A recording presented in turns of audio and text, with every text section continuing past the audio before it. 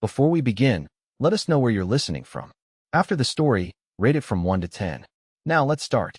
The first autumn rain pattered against the farmhouse windows, and Noah Tucker pulled his weathered quilt tighter around his shoulders.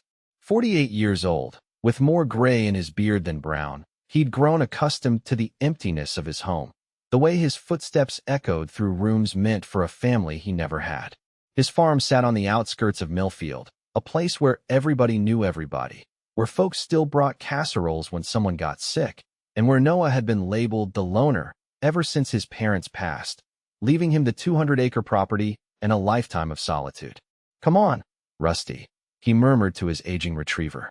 "One last check on the animals before this storm gets worse." The wind had picked up, bending the tall pines that lined his property. Noah pulled on his rubber boots and rain slicker, grabbed a flashlight, and stepped out onto the porch. The farmyard was already turning to mud, and the rain sliced sideways in the beam of his light. The barn doors rattled in the wind as he approached. Noah frowned. He distinctly remembered latching them before sunset. Pushing one open, he raised his flashlight. The familiar smell of hay and livestock greeted him, along with something else. Something out of place. "Hello," he called, stepping inside. The horses nickered softly in their stalls. The light beam swept across the concrete floor, up to the hayloft, where it caught a flash of movement. "I know someone's up there," he said, voice firm but not threatening. "Come on down." Silence, then a small voice, a child's voice. "Please don't hurt us." Noah's heart thumped against his ribs. "I'm not going to hurt anyone. But you're on private property, and I need to know who you are." After a moment, a girl no older than 12 appeared at the edge of the loft, her face smudged with dirt, clothes too big for her thin frame. "My brothers and sisters are sleeping," she whispered, "and my mom is hurt." Noah climbed the ladder slowly, giving the girl time to retreat if she felt scared. What he found in the hayloft stole the breath from his lungs. 6 more children, ranging from what looked like a toddler to early teens, huddled together under a collection of threadbare blankets. And beside them, a woman lay unconscious, a makeshift bandage wrapped around her head, dark with what could only be blood. "My God," Noah whispered. He knelt beside the woman, checking her pulse. It was there, but weak. "What happened?" "My stepfather," the oldest girl said, her voice hardening. "He found us after we ran away. Mom fought him off, but he hurt her bad. We've been walking for days, trying to get somewhere safe." The woman stirred slightly, her eyelids fluttering. Even in the dim light, Noah could see the bruising on her face, the split in her lip. "I'm calling an ambulance," Noah said, pulling out his phone. The girl grabbed his arm. "Please, no. He'll find us if we go to a hospital. He always does." Noah looked at the 7 frightened faces surrounding him, then back at the injured woman. Every instinct told him to call for help immediately, but the terror in the children's eyes gave him pause. "What's your mother's name?" he asked gently. "Rachel," the girl answered. "Rachel Zimmer. I'm Lily. These are my brothers and sisters. Ethan, the twins Jacob and Emma, Ben, Sophie, and little Daisy." Noah ran a hand through his rain-dampened hair. "Okay, listen. I can't leave your mother untreated. She needs medical attention. But I know someone who can help without reporting to authorities right away." 20 minutes later, Dr. Elaine Miller pulled her sedan up to Noah's farmhouse. The town's only physician for 30 years, Elaine had delivered half the population and buried the other half. She was as discreet as she was skilled. "You'd better have a good explanation for dragging me out in this weather, Noah Tucker," she said, shaking rain from her coat as she entered. "I do," he replied, leading her to his living room where he'd carefully moved Rachel Zimmer. The children clustered nearby, watching with wary eyes. Elaine took one look at the scene and her expression softened. Without a word, she knelt beside Rachel and began examining her injuries. "Concussion, dehydration, malnutrition," she muttered. "Defensive wounds on her arms. Old fractures that never set properly." She looked up at Noah, her eyes speaking volumes. "Can you help her here?" Noah asked. Elaine nodded slowly. "I can start 4 fluids, monitor the concussion." "But Noah, I know what it is," he interrupted. "But they came to my barn for shelter, and I'm not turning them away." After Elaine had done what she could for Rachel, she pulled Noah into the kitchen. "That woman has been systematically abused for years," she said quietly. "And I'd bet good money those children have too. You need to contact Sheriff Hayes." Noah stared out the window at the storm. Give me 24 hours. Let her wake up. Let them feel safe for one night. Then we'll figure out what to do. Elaine studied him for a long moment. 24 hours, Noah. Not a minute longer. And I'm coming back in the morning. After the doctor left, Noah made up beds for the children in his spare rooms that had stood empty for decades. He heated canned soup and made peanut butter sandwiches, watching as the 7 children ate as if they hadn't seen food in days. Perhaps they hadn't. Lily, the oldest at 12, barely took her eyes off her unconscious mother. Why are you helping us? She finally asked Noah. Most people just call the cops. Noah set a mug of hot chocolate in front of her. I know what it's like to need shelter from a storm, he said simply. That night, Noah slept in the armchair beside Rachel, checking her vitals as Elaine had instructed. Sometime in the early morning hours, her eyes opened, deep brown and immediately filled with panic. My children, she whispered, trying to sit up. They're safe, Noah said, gently pressing her back. They're all sleeping upstairs. You're in my farmhouse. I found you in my barn during the storm. Rachel Zimmer studied his face, searching for deception. Finding none, she relaxed slightly. You didn't call the police? No, but I did call a doctor. She's coming back this morning. A tear slipped down Rachel's cheek. Thank you, she whispered. We had nowhere else to go. In the light of morning, Noah could see Rachel more clearly. She was younger than he'd first thought, perhaps mid-30s, with auburn hair and delicate features marred by fading bruises. Despite her injuries, there was a quiet strength in her gaze that commanded respect. Over the next few days, as Rachel recovered and the children settled into a tentative routine at the farm, the story emerged piece by piece. Rachel had married Gerald Hoffman after her first husband died, leaving her with 3 children and mounting debts. Gerald had seemed like salvation at first, stable job, nice house, willing to take on a ready-made family. For more children followed, and with each one, Gerald's controlling behavior intensified, escalating to violence when Rachel questioned him or tried to leave. He's a respected businessman in Riverdale, Rachel explained one evening as she and Noah sat on the porch swing. The children were inside, watching an old movie on Noah's rarely used television. Nobody believed me when I tried to report him. He had the police chief in his pocket, councilmen at his dinner parties. Noah listened, anger burning in his chest. How did you finally get away? Rachel's hands twisted in her lap. He was planning to send the older children away, some boarding school for troubled youth. I couldn't let that happen. We left in the middle of the night 3 weeks ago, just the clothes on our backs and whatever cash I'd managed to hide away. We were headed for my cousin in Minnesota when Gerald caught up with us at a bus station 2 towns over. Her voice trembled. He would have taken us back if the children hadn't created a distraction. I fought him off, but he slammed my head against a wall. Everything after that is fuzzy. Lily got us on a different bus, and we've been walking, hitchhiking when we dared, ever since. Noah reached out hesitantly, covering her hand with his. You're safe here as long as you need to be. The next day, Noah visited Sheriff Hayes. Unlike the police in Riverdale, Sam Hayes was a man of unwavering integrity and Noah's former high school classmate. Let me get this straight, Sam said, leaning back in his chair. You've got a battered woman and 7 children living in your house.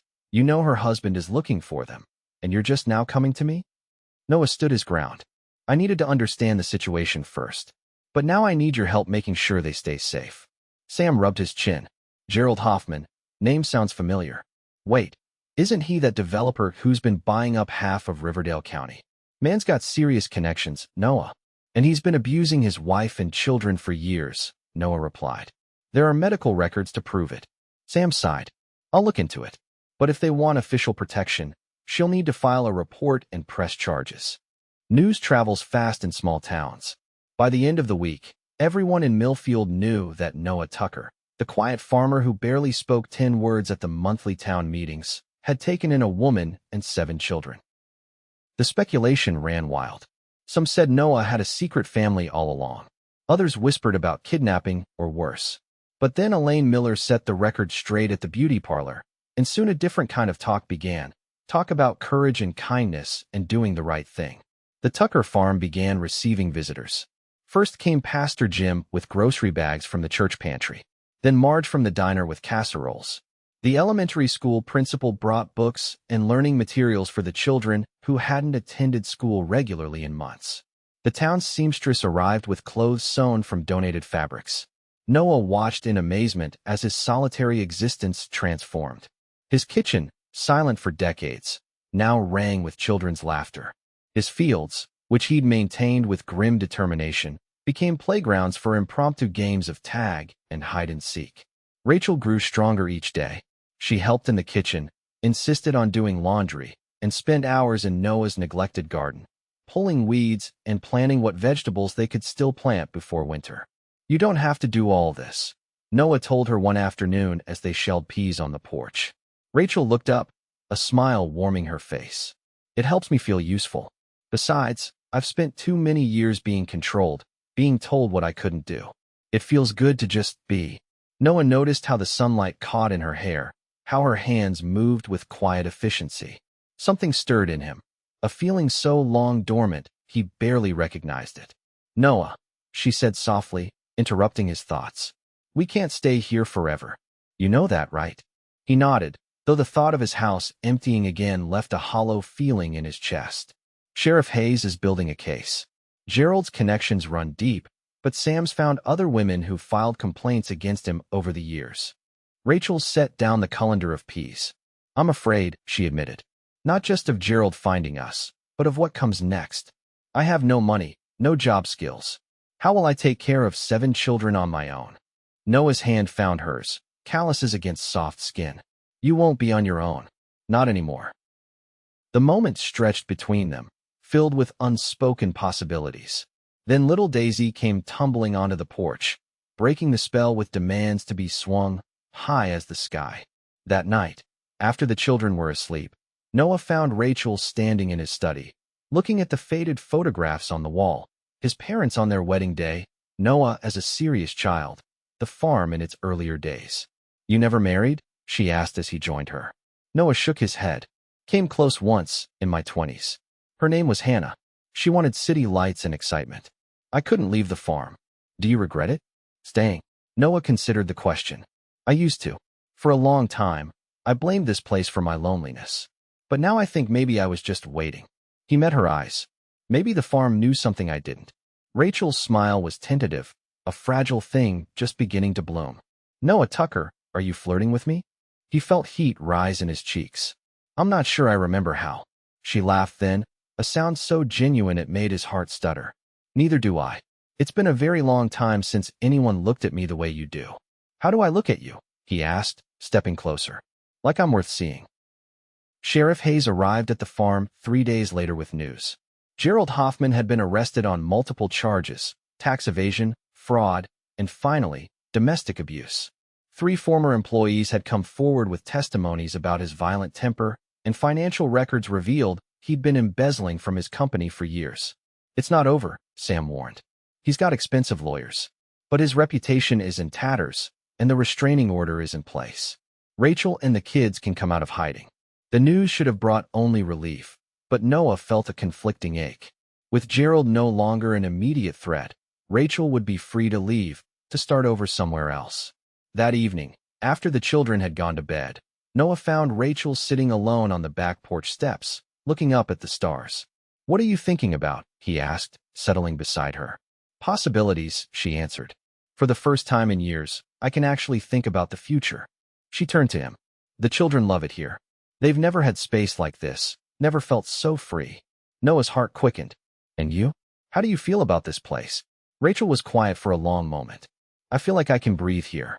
Like I'm becoming myself again." Her hand found his in the darkness. "And I've never met anyone like you, Noah. Someone so genuinely good without expecting anything in return." "I do expect something," he said softly.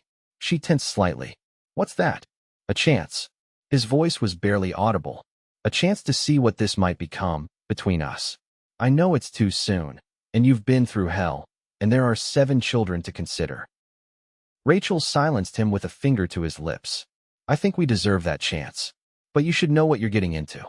7 children is a lot to take on." Noah smiled, catching her hand and pressing a kiss to her palm. "I've got 200 acres and a house too big for one man. I think we'll manage." 2 months later, On Christmas Eve, the Tucker farmhouse blazed with light. Every window glowed with warmth against the winter darkness, and inside, the rooms overflowed with people. The entire town of Millfield, it seemed, had accepted Noah's unprecedented invitation to a holiday gathering. In the kitchen, Rachel orchestrated a magnificent feast, assisted by Lily and a rotating crew of volunteer helpers. The younger children darted between adults' legs, faces sticky with candy canes. A massive pine tree, cut from Noah's own land, dominated the living room, decorated with homemade ornaments and strung popcorn. "I still can't believe this is my brother's house," Noah's sister Jennifer remarked to Elaine Miller. She'd flown in from Seattle the day before, the first time she'd visited in 5 years. "He used to growl if I brought a single friend over." Elaine smiled. "Love changes people. And those children have brought this old house back to life."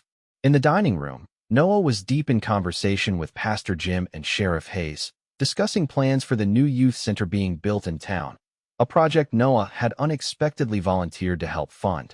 Noah Tucker, community activist, Sam teased. "Who would have thought?" Noah shrugged, his eyes finding Rachel across the room. "Sometimes you just need to be reminded what matters." Later, after most guests had departed and the children were nestled in bed, dreaming of morning presents, Noah and Rachel sat alone by the fireplace. Outside, a gentle snow had begun to fall, adding another layer of quiet to the winter night. "I have something for you," Noah said, reaching into his pocket. "I was going to wait until morning, but—" He handed her a small, wrapped package. Rachel opened it carefully, revealing a tarnished silver key on a simple chain. "It's the original key to the farmhouse," Noah explained. "My great-grandfather had it made when he built this place. My father gave it to my mother when they married." He took a deep breath. "I'm not asking for an answer now. I know it's early days still. But someday, when you're ready, I want you to know that this home is yours too. You and the children belong here, with me, if that's what you want." Tears shimmered in Rachel's eyes. "Noah Tucker, are you proposing to me?" He smiled, taking her hands in his. "I'm proposing a future. The timing of it is up to you." Rachel slipped the chain around her neck, the key resting against her heart. "I never expected to find love again," she whispered. "Especially not like this." "Neither did I," Noah admitted. "But then I found an injured woman and 7 children sleeping in my barn, and everything changed." Outside the farmhouse windows, snow continued to fall, covering the land in pristine white. Inside, the warmth of newfound love glowed brighter than the dying embers in the fireplace. And in that moment, both Noah and Rachel knew that the most unexpected beginnings sometimes lead to the most beautiful journeys. The story of the lone farmer who took in a desperate family spread far beyond Millfield in the months that followed. Some called it a Christmas miracle. Others said it was just Noah Tucker finally revealing the heart he'd kept hidden for decades. But everyone agreed on one thing. Sometimes the greatest love stories begin not with grand gestures or fairy tale meetings, but with simple human kindness in the face of another's suffering. And that was a lesson worth remembering, long after the winter snow had melted into spring.